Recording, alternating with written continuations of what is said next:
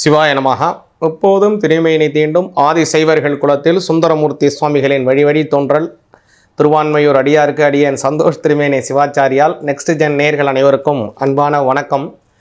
வரக்கூடிய இந்த தை மாதம் 2026 பார்த்திங்க அப்படின்னா ரொம்ப அற்புதமான மாதமாக அமைதுங்க. பொதுவாகவே இந்த தை மாதம் பார்த்திங்கன்னா முருகப்பெருமானுக்கு ரொம்ப உகந்தமான மாதம். தை மாதம் பூச நட்சத்திரத்தை அம்பாள்கிட்ட தவம் இருந்து முருகப்பெருமான் சக்தியினுடைய சுரூபமாக இருக்கக்கூடிய ஆயுதத்தை பெற்ற அந்த வேல் வாங்கக்கூடிய அற்புதமான நிகழ்வு நடந்தது இந்த தை மாதம் பூச நட்சத்திரத்தில்.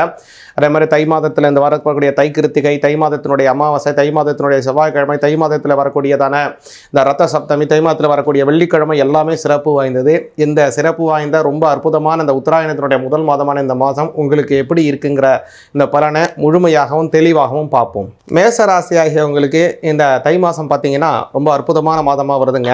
உங்களுடைய ராசிநாதனாக இருக்கக்கூடிய செவ்வாய் பகவான் இந்த மாதம் முழுவதுமே உங்களுடைய 10ஆம் பாவத்தில் தான் இருக்கார். 10ல் பாவியாவது இருக்கணும் அப்படின்னு சொல்லக்கூடியது பெரியவங்களுடைய வாக்குங்க. ஏன்னா அந்த 10ஆம் இடத்துல இருக்கக்கூடிய கிரகம் எதுவாக இருந்தாலும் அது நல்ல பலனையே பரிபூர்ணமாக செய்யும் அப்படிங்கிறது ஒரு திண்ணம்.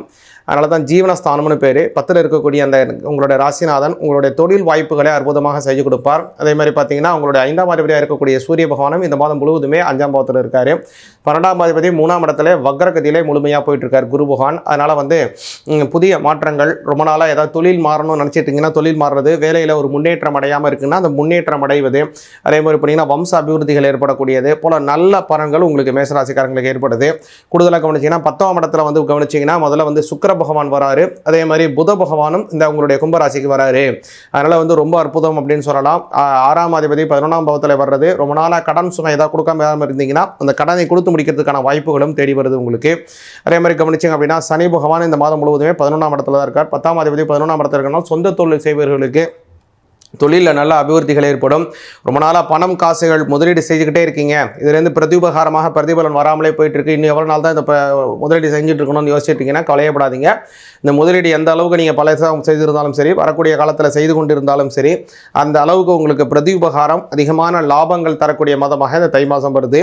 அதேமாதிரி கூடுதலாக ஒரு விஷயம் என்ன அப்படின்னு கவனிச்சிங்கன்னா 10ஆம் இடத்துல சூரிய பகவானுடன் இவர் இருக்கிறதுனால, அதாவது புத பகவானும் சுக்கிர பகவான் செவ்வாய் போன்ற முக்கிய கிரகங்கள்லாம் சேர்க்கை இருக்கிறதுனால கவனிச்சிங்க அப்படின்னா இந்த மாதத்தில் அரசாங்க வேலை செய்பவங்க, தொழில் தனித்துவம் செய்யக்கூடியவங்க, அதாவது சொந்த தொழில் செய்யக்கூடியவங்க, அதே மாதிரி கவனிச்சிங்க அப்படின்னா மாத சம்பளத்தில் தனியார் நிறுவனத்தில் ஏதோ ஒரு நிறுவனத்தில் மாத சம்பளமாக வேலை செய்யக்கூடியவங்க அல்லது தினப்படியாக சம்பாதிக்கக்கூடியவங்க, இந்த மாதிரி இருக்கக்கூடிய யாராக இருந்தாலும் உங்களுடைய வருமானம்ங்கிறது மேசராசிக்காரங்களுக்கு உயரக்கூடிய வாய்ப்பு அதிகமாக இருக்குது.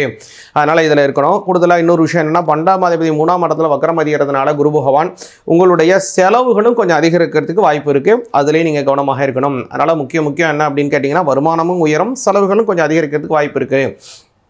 இந்த மாதிரி நீங்கள் செய்யக்கூடிய ஒரு முக்கியமான விஷயம் என்னென்னா முருகப்பெருமான வழிபாடு செய்யுங்க. பிப்ரவரி மாதம் 1ஆம் தேதி ஞாயிற்றுக்கிழமை பார்த்தீங்கன்னா தைப்பூசம் வருதுங்க. அன்றைய தினம் முருகப்பெருமானுக்கு பால் அபிஷேகம் செய்து வழிபாடு செய்தீங்க அப்படின்னா மிக மிக மிக அற்புதமான நல்ல பலன்கள் உங்களுக்கு கிடைக்குங்க. குடும்பத்திலே நல்ல சுபிக்ஷங்கள் ஏற்படும். முருகப்பெருமானுக்கு அந்த தைப்பூசம் அப்படிங்கிறது ரொம்ப உன்னதமானது. அந்த தினத்தில் மலை மீது இருக்கக்கூடிய முருகனை வழிபாடு செய்வது மிக மிக சிறப்பு வாய்ந்தது. அந்த அளவுக்கு போகக்கூடிய வசதி இல்லாத மேசராசிக்காரங்க உங்கள் வீட்டுக்கு பக்கத்தில் இருக்கக்கூடிய ஒரு முருகன் கோவில்லையோ அல்லது எந்த கோவில்லையோ அபிஷேகம் நடக்கக்கூடிய கோவிலில் அந்த பால் அபிஷேகம் செய்து வழிபாடு செய்து வந்தீங்கன்னா உங்களுக்கு அற்புதமான நல்ல பலன் கிடைக்கும். சிவாய நமக. முன்னாடியே சொன்னேன், இந்த தை மாதம் அப்படிங்கிறது தெய்வ வழிபாடுகளுக்கு ரொம்ப ரொம்ப உகந்தமான மாதம். இந்த மாதம் அப்படிங்கிறதே அமோகமான மாதமாக வருதுங்க. இந்த மாதத்தில் வரக்கூடிய தை வெள்ளிக்கிழமையிலேருந்து எல்லாமே சிறப்பு வாய்ந்தது. இதில் முக்கியமானது என்னென்னா தை அமாவாசை ஜனவரி மாதம் 18ஆம் தேதி ஞாயிற்றுக்கிழமையில் வருது.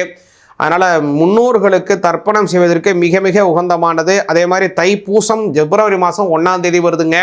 இந்த தைப்பூசம் அப்படிங்கிறது முருகப்பெருமானுக்கு வருடத்திலே 6 தினங்கள் சிறப்பு வாய்ந்தது. அவர் அவதாரம் செய்தது வைகாசி மாதம் விசாக நட்சத்திரத்திலே. அதே மாதிரி அவர் சூரனை சம்ஹாரம் செய்தது ஐப்பசி மாதத்திலே வரக்கூடிய வளர்பிறையிலே வரக்கூடியதான சஷ்டியிலே அவர் சம்ஹாரம் செய்கிறார். அதே மாதிரி அவர் கல்யாணம் செய்தது பங்குனி மாதம் உத்திரம் நட்சத்திரத்திலே அவர் கல்யாணம் செய்கிறார். 6 குழந்தையாக இருக்கக்கூடியதான உலக அன்னை வளர்த்து அவரை ஒரே குழந்தையாக மாறு கார்த்திகை மாதம் கார்த்திகை நட்சத்திரத்திலே. அதே மாதிரி கவனிச்சிங்கன்னா பக்தர்களுக்கு அனுகிரகம் செய்வது மாசி மாதம் மகா நட்சத்திரத்திலே. இதில் தைப்பூசம் என்ன சிறப்பு அப்படின்னு கேட்டிங்கன்னா சூரனை அசுரனை சம்ஹாரம் செய்வதற்காக முருகப்பெருமான் கடுமையாக தவம் செய்து அன்னையை நோக்கி வரம் வேண்டி அன்னை தனக்கு நிகராக, அன்னை வந்து பராசக்தி பார்த்தீங்கன்னா தன்னுடைய நிகராகவே தன் சொரூபமாகவே முருகப்பெருமானுக்கு அந்த ஆயுதத்தை வழங்குகிறார். அதனால தான் அந்த சக்தி அப்படின்னு பேர், அதுக்கு அந்த ஆயுதத்துக்கு பேர் சக்தியாயுதம் அப்படின்னு பேர். வேல்னு நம்ம சொல்கிறோம் இல்லையா, அதுக்கு பேர் சக்தியாயுதம் அப்படின்னே பேர். அப்பேற்பட்ட அந்த வேலை வாங்கியது தான் இந்த தை மாதம் பூச நட்சத்திரம். முருகப்பெருமானுக்கு உகந்தமானது. இந்த தைப்பூசத்திலே முருகனை நம்ம கும்பிட்டோம்னா குடும்பத்திலே நல்ல சுபிச்சம் ஏற்படும், நல்ல ஞானம், அறிவு, பணங்காசு வரவுகள் அதிகமாக இருக்கும். சிவாய நமக.